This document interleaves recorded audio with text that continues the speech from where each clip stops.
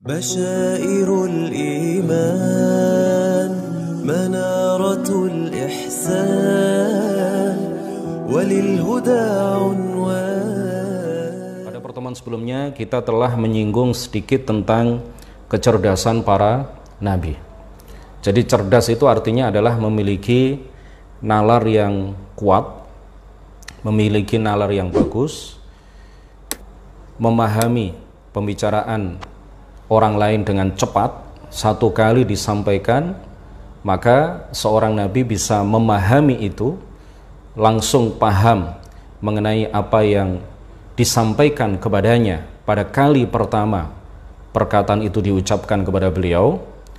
Dan beliau, ya, para nabi adalah orang-orang yang dengan sangat mudah bisa berdebat dengan orang-orang yang tidak percaya dengan kenabiannya, bisa mendebat mereka dengan nalarnya yang kuat, dengan kekuatan nalar dan kecerdasan akal yang Allah anugerahkan kepada para nabi. Maka para nabi bisa melakukan debat, ya, dan bisa mengalahkan lawan-lawan debatnya.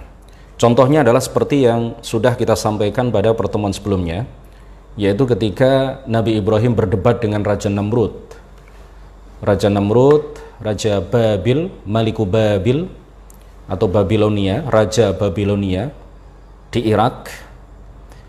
Ketika itu terjadi perdebatan antara Nabi Ibrahim dengan Raja Namrud, seorang raja yang diktator, seorang raja yang sombong, mutakabbir, jabbar, seorang raja yang mendeklarasikan dirinya sebagai Tuhan.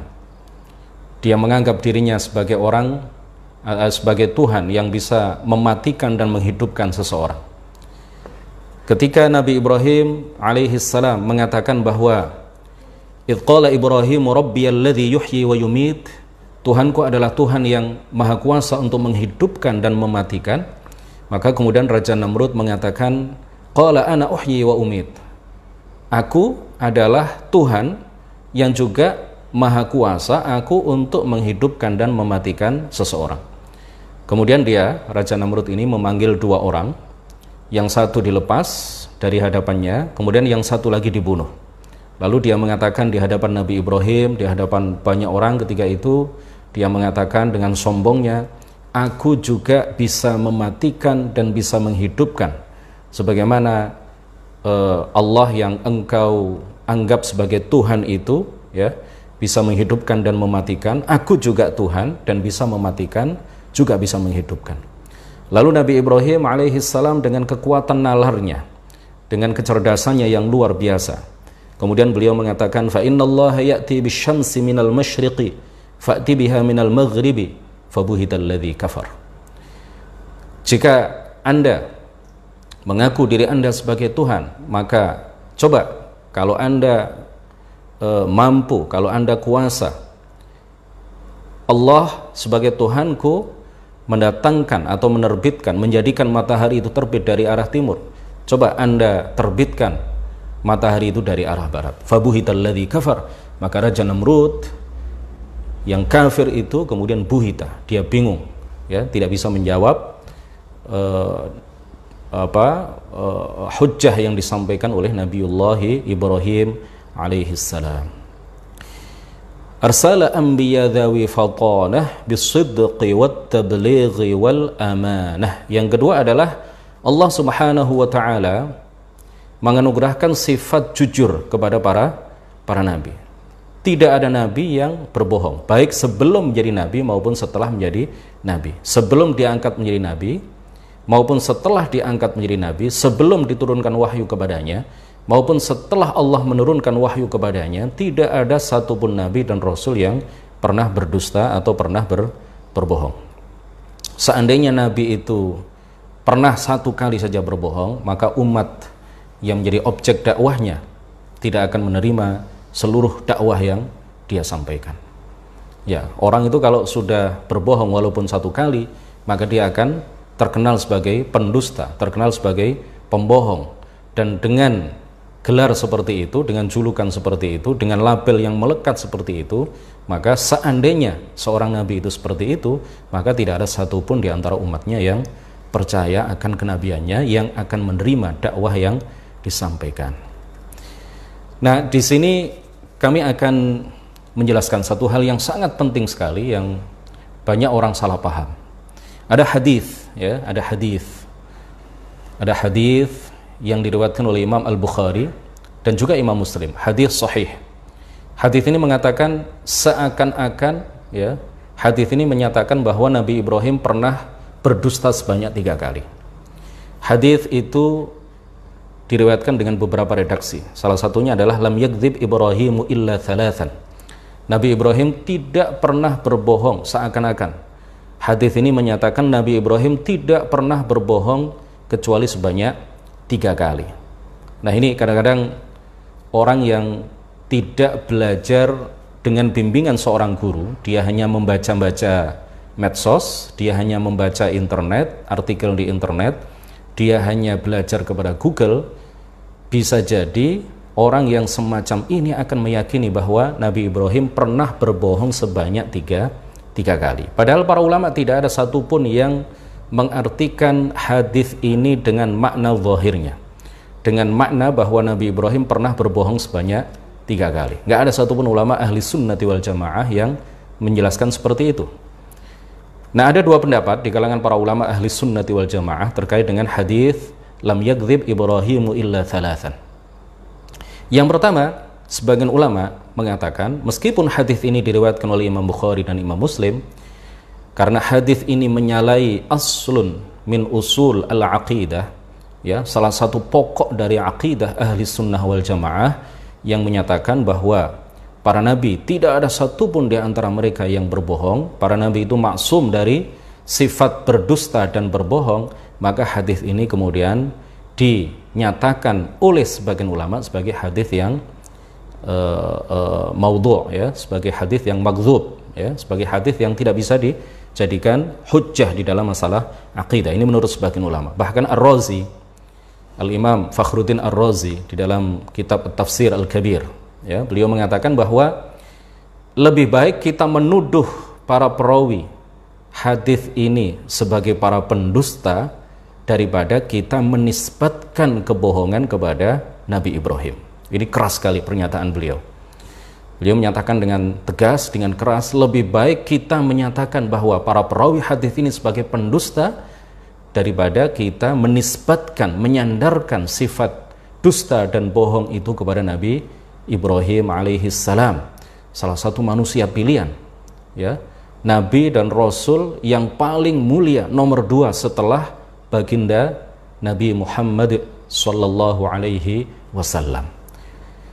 Nah, ini menurut sebagian ulama hadis ini makdzub, ya, hadis ini dusta, ya, karena menyalahi salah satu pokok dari akidah yang telah disepakati oleh seluruh umat, ya, tidak hanya oleh para ulama di kalangan umat Muhammad, tetapi juga seluruh orang, seluruh lapisan, baik ulama maupun orang-orang awam, semuanya sepakat menyatakan bahwa seorang nabi itu tidak mungkin berbohong. Nah, pendapat yang kedua mengatakan bahwa hadis ini sahih karena memang diriwayatkan oleh Imam Al-Bukhari dan Imam Muslim, pasti sahih. Tetapi maknanya bukan berarti Nabi Ibrahim pernah berbohong sebanyak tiga kali. Tetapi hadis ini ditakwil, ya, dimaknai dengan makna yang layak bagi seorang nabi, yaitu Nabi Ibrahim alaihissalam. Mereka memaknai atau mentakwil hadis ini dengan makna bahwa Nabi Ibrahim mengucapkan tauriyah, ya. Tauriyah itu artinya secara zahir beliau berdusta, tetapi secara batin, ya, hal itu bukanlah sebuah kedustaan. Zahirnya bagi orang yang tidak paham, ya, secara lahiriah apa yang beliau ucapkan itu akan dianggap oleh orang yang tidak paham sebagai sebuah kebohongan, sebagai sebuah kedustaan. Padahal ketika kita melakukan tadqiq, ketika kita melakukan kajian lebih mendalam, ya, maka kita akan mendapati bahwa sebenarnya apa yang diucapkan oleh Nabi Ibrahim itu bukanlah sebuah kedustaan. Yang pertama, ya, yang secara zahir ini anggap sebagai sebuah kedustaan, padahal ini bukanlah kedustaan, adalah apa yang Allah ceritakan di dalam surat Al-Anbiya mengenai perkataan Nabi Ibrahim alaihissalam, qala bal fa'alahu kabiruhum hadha fas'aluhum in kanu yantiqun. Nabi Ibrahim, karena beliau sangat marah terhadap berhala yang disembah oleh Raja Namrud, ya, oleh anak buahnya Raja Namrud, maka kemudian beliau menghancurkan berhala-berhala yang kecil, kemudian dengan kapak beliau, kemudian setelah itu menggantungkan kapak itu di berhala yang besar, dan berhala yang besar tidak dihancurkan oleh beliau. Kemudian beliau dihadapkan kepada Raja Namrud dan bala tentaranya. Lalu beliau mengatakan, qala bal fa'alahu kabiruhum, yang menghancurkan berhala-berhala kecil ini bukanlah saya, kata beliau, tetapi yang menghancurkan berhala-berhala kecil ini adalah berhala yang besar. Maka tanyalah berhala-berhala yang besar ini jika mereka memang bisa berbicara. Pertama, yang dijelaskan oleh para ulama bahwa isnadul fi'l, ya, penyandaran penghancuran berhala yang kecil kepada berhala yang besar, ini adalah disebut dalam bahasa Arab sebagai isnadun majaziyun, penyandaran yang majazi, penyandaran yang berarti atau bermakna kiasan. Jadi beliau menyandarkan perbuatan menghancurkan berhala-berhala yang kecil itu kepada sesuatu yang menyebabkan beliau menghancurkan berhala-berhala yang kecil itu. Jadi yang menyebabkan beliau menghancurkan berhala-berhala yang kecil itu siapa? Atau apa? Yang menyebabkan beliau menghancurkan berhala-berhala yang kecil itu adalah berhala yang besar, karena berhala yang besar itu disembah sedemikian rupa, diperlakukan istimewa oleh orang-orang yang menyembahnya, diberi pernak-pernik, dihiasi, ya, diberi hiasan-hiasan yang indah-indah, sehingga kemudian hal itulah yang memicu atau yang menyebabkan kemarahan Nabi Ibrahim sehingga beliau menghancurkan berhala-berhala yang kecil. Jadi ini bukan sebuah kebohongan. Ini bukanlah sebuah kebohongan. Nah, jadi apa yang beliau katakan ini mirip dengan perkataan orang Arab, misalkan bana al-amiru al-qasra, bana al-amiru asy-syari', misalkan, ya, bana al-amiru al-buyut, misalkan. Seorang amir, seorang penguasa itu membangun jalan, seorang penguasa itu membangun istana, ya. Ini bukan kebohongan. Faktanya kalau kita lihat, yang betul-betul membangun istana itu bukanlah sang penguasa, tetapi yang betul-betul membangun istana itu adalah tukang bangunan, tukang kayu, tukang besi, insinyur, ya, arsitek, dan orang-orang yang membantu mereka. Tetapi pembangunan istana itu kemudian disandarkan kepada orang yang menyebabkan terbangunnya istana itu, yaitu sang penguasa. Jadi ini bukanlah sebuah kedustaan. Ini dalam bahasa Arab sesuatu yang biasa diucapkan oleh orang-orang Arab. Nah, ini yang pertama yang dianggap sebagai sebuah kedustaan yang pernah diucapkan oleh Nabiullah Ibrahim alaihissalam, padahal sejatinya ini bukanlah sebuah kedustaan. Nah, Nabi Ibrahim yang kedua yang perlu kita sampaikan juga, bahwa kenapa Nabi Ibrahim mengatakan fas'aluhum in kanu yantiqun, tanyalah kepada berhala-berhala yang besar jika memang mereka bisa berucap, jika bisa menjawab, jika memang mereka bisa menjawab. Nabi Ibrahim, ya, ingin menyindir, ya, orang-orang yang menyembah berhala besar itu, bahwa sejatinya berhala itu nggak bisa berbicara, apalagi menciptakan manfaat, menciptakan madarat, tidak layak untuk disembah. Nabi Ibrahim ingin berhujjah dengan hujjah yang membungkam mereka, yang tidak terbantahkan, bahwa sejatinya berhala itu tidak layak disembah. Nah, kemudian yang kedua, perkataan Nabi Ibrahim alaihissalam ketika beliau diajak menyembah selain Allah, kemudian beliau mengatakan inni saqim, aku sedang sakit, padahal waktu itu beliau sedang sehat. Nah, yang dimaksud dengan sakit di sini kata para ulama adalah, nah ini juga adalah sebuah ma'arid, ya. Ini adalah sebuah perkataan yang zahirnya itu dianggap dusta oleh orang yang tidak paham, tetapi sejatinya kalau kita melakukan kajian yang mendalam, ini bukanlah sebuah kedustaan. Karena yang beliau maksud, ai inni saqimun saqamal mauti. Sesungguhnya aku akan sakit ketika aku menghadapi sakratul maut atau sakratul maut, ketika rohku dicabut oleh malaikat Azrail atau Izrail. Jadi aku akan sakit pada saat itu. Ya, aku akan merasakan sakit pada saat itu. Nah, ini mirip atau sama dengan firman Allah Subhanahu wa taala kepada Nabiullah Muhammad alaihi salatu wassalam. Nabi kita Nabi Muhammad sallallahu alaihi wasallam, di dalam Al-Qur'an dinyatakan oleh Allah, innaka mayyitun wa innahum mayyitun. Sesungguhnya engkau adalah mayyit, padahal waktu itu beliau hidup. Nabi Muhammad hidup. Ketika turun wahyu ini, turun ayat ini sebagai wahyu yang Allah turunkan kepada beliau melalui perantaran malaikat Jibril, beliau masih hidup. Tetapi Allah menegaskan apa? Allah mengatakan innaka mayyit. Sesungguhnya engkau akan mati. Itu yang dimaksud. Itu sesuai dengan kaidah bahasa Arab. Innaka mayyit itu artinya adalah apa? Sesungguhnya engkau akan mati. Memiliki arti seperti itu. Nah, ketika Nabi Ibrahim mengatakan inni saqim, itu artinya adalah sungguh aku akan merasakan sakit nanti ketika aku rohku dicabut oleh malaikat Izrail. Aku akan merasakan sakratul maut.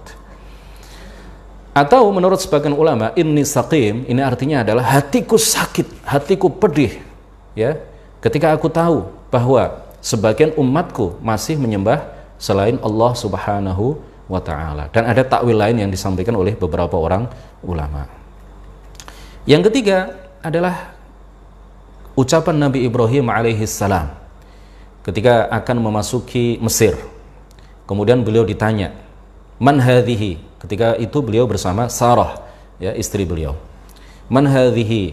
Kemudian Nabi Ibrahim cerdas, ya. Nabi Ibrahim itu orang yang sangat cerdas. Beliau langsung paham bahwa raja ketika, ya, punya kebiasaan berzina dengan wanita-wanita yang sangat cantik.